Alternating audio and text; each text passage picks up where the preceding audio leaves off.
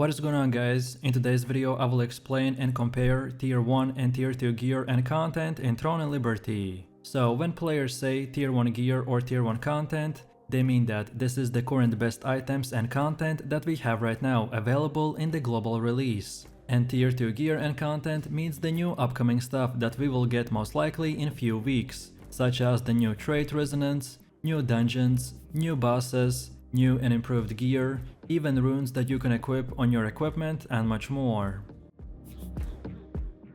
So let's move over to the first thing, which is the tier 2 gear. Here, right from the start, I have an example. So this is what a usual build will look like. The best gear that we can equip is purple. We can level it to level 9, and we can also choose 3 traits for each item. But then on the other hand, this is what a new tier 2 full build will look like. So as you can see, a lot of new things. First off, we get completely new gear. So when tier 2 content comes out, which in detail I will cover a bit later in the video, then you will be able to farm all of these new items. On top of cool new looking gear and weapons, you will also increase your combat power. So if at tier 1 you can achieve somewhere around 3800, then now with full max tier 2 gear and all skills upgraded to the max, then now you can achieve somewhere around 4900 combat power. Also, as we get increased power, so does our attribute points increase. So now we will be able to easily get 2 attribute categories to 70,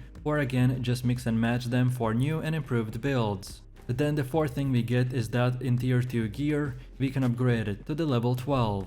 And this is pretty much the biggest difference, and the main reason of why people say tier 1 and tier 2 gear. Because at first glance, if you compare both of them, then they might seem very similar. But remember that here works the same concept as with tier 1 armor. So you wouldn't want to trade a level 9 blue armor or level 0 purple until you had enough resources and materials needed to upgrade the purple to a high enough level that it would outshine the level 9 blue. So when we get tier 2 gear, don't upgrade it until you have the means of making the new gear better than what you're wearing right now.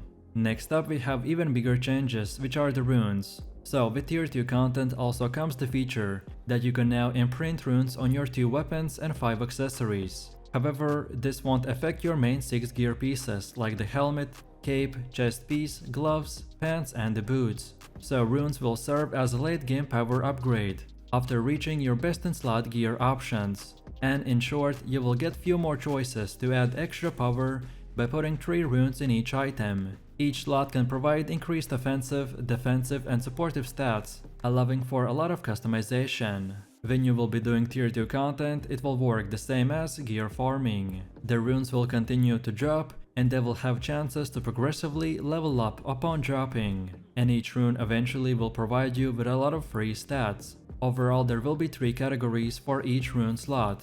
First we have the attack, and these will be the red runes that boost offensive stats such as hit, critical hit and heavy attack chance. Next we have the defense, which are blue runes that boost defensive stats such as max health, evasion and more. And finally we have the support, which are the yellow runes that provide various effects such as the Amitoi heal, skill damage resistance and other resistances. Each item will be able to equip 1 rune for each category. The way you will be able to unlock these rune slots for your gear will be by using rune hammers. Rune hammers is a consumable required to both unlock a socket and reroll an already unlocked socket.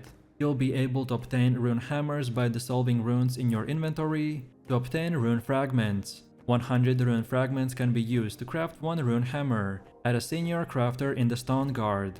You'll also get 10 weekly hammers from the contract coin merchant. You'll also be able to purchase a bundle of 10 hammers from the auction house. And finally, you will be able to get them from the weekly and other battle pass rewards. Once you have all 3 rune sockets opened, depending on the order of the socket types, you can unlock a synergy for that item. The type and strength of the rune synergy you have on the piece of gear depends on the rarity of the runes and order of the rune types. So overall, in my experience from the Korean servers, the challenge dungeons will provide the most consistent yield of rune drops. However, it is important to note that the rarity of the rune does not matter when leveling up a rune. As a result, farming lower tier challenge dungeons or multiple grey runes is the best farming method. Next up we have the last feature for our tier 2 builds, and it will be the trait resonance.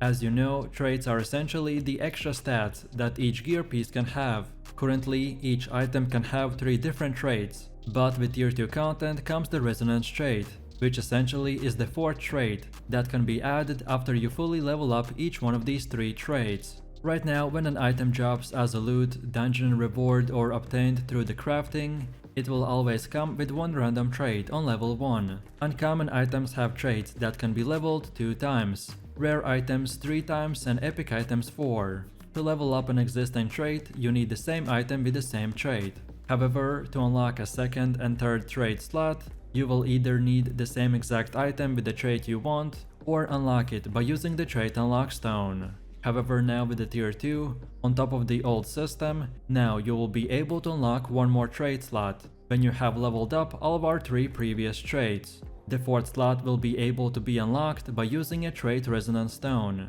which can be crafted at any major crafting NPC. When using a trait resonance stone, you will have a percentage chance to get one of the possible traits. The bad ones have a higher percentage chance to unlock, and the good ones have a lower percentage chance. In most cases, you will need to spend several trait resonance stones until you get the stat that you want, which should always be the stat that you want to stack the most. As this is a very late endgame system, so this is a very RNG way of gaining very little amounts of stats, but still you will want to try and get the best possible 4th trait. If you take a look at the Korean tier 2 builds, then usually on the weapons they go with extra hit chance for the 4th slot, while on accessories they take extra health or one more evasion. As I said, the 4th slot will be a very slight build upgrade, but still to min-max and to achieve the best possible results, you will want this for your tier 2 setup. Next, I want to give you a quick preview of the new tier 2 weapons. If you're interested more about these new items, then I'll link few articles and tier 2 build guides in the description. But essentially in tier 2, even the tier 1 weapons will still remain powerful. The new tier 2 weapons will be mainly used in PvP and for specific build playstyles, as they will mainly increase the DPS numbers and of course give the unique passives. But overall they won't be a huge game changer besides new cool looking and higher DPS items. Then next we have tier 2 dungeons, tier 2 archbosses, and tier 2 open world bosses. I'll try to keep this very short, so not to spoil the new cool mechanics and things that you might want to learn for yourself. So in tier 2 update you will get from 3 to 5 new dungeons, and they will be called the Carmine Ridge Island, the Island of Terror, Torture Chamber of the Screams, Valley of the Slaughter, and Void Waste. Some dungeons will be very similar to tier 1 dungeons, just pretty much reskinned with few new mechanics, but essentially they will look and work the same. However, there will also be from 2 to 3 completely new dungeons with completely new bosses and new and never seen mechanics. And this whole time in the background you've been watching just one of these new dungeons. Next we have tier 2 archbosses, and if you're not aware, then they are pretty much the best and hardest bosses that drop the best possible items. Right now we have 2 of them available, the Queen Belandir and the Tevent. However, with tier 2 content you will get a bunch more, and they will work the same way as right now we have. So when a server unlocks a tier 2 milestone, then every week on a specific schedule they will spawn, and then guilds will fight for a chance to get the best possible gear. If you're interested in all 16 field and arch bosses and how to defeat them, then don't forget to check out my boss killing tutorial. Last but not least, we have level 55 cap and the 3rd character slot.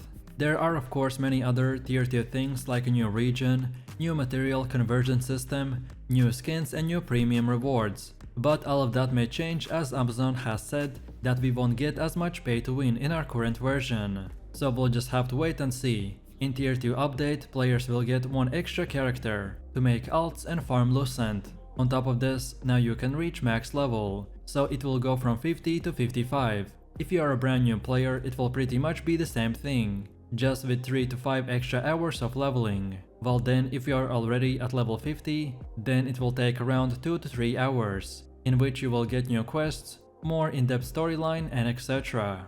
So, thank you guys for watching and I hope you enjoyed it. If you are interested in build guides or other Throne and Liberty content, then just scroll through my channel and I'm sure that you'll find what you're looking for. If you want to support my work, then please click like, subscribe and comment. And I'll see you in the next one, so take it easy, peace.